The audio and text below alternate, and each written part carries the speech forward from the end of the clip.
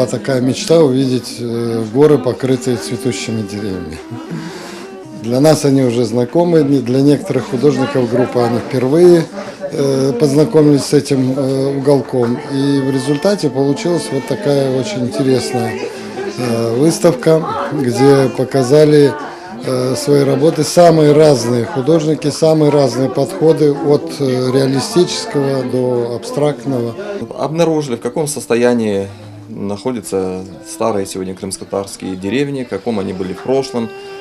И это отражаем на холстах. И работы получились очень красивые, и это важно сохранить именно, потому что дома разрушаются, как бы местность меняется, да, селения меняются, да.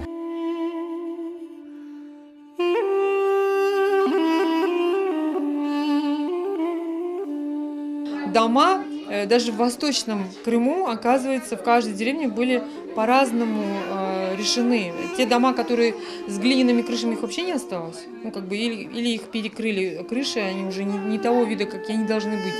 А вот такие вот черепичные, двухэтажные, с такими балконами, это, ну, как бы, когда мы приехали, в 90-х годах их было больше. Сейчас это остались вот вообще 1, 2, 3, все. Весна – это рождение, и когда ты видишь весну, ты вдохновляешься, настрой на будущее, на позитив. И хочется, чтобы вот эти домики, которые сейчас находятся уже в забытии, в таком заброшенном состоянии, чтобы в них поселилась вновь жизнь.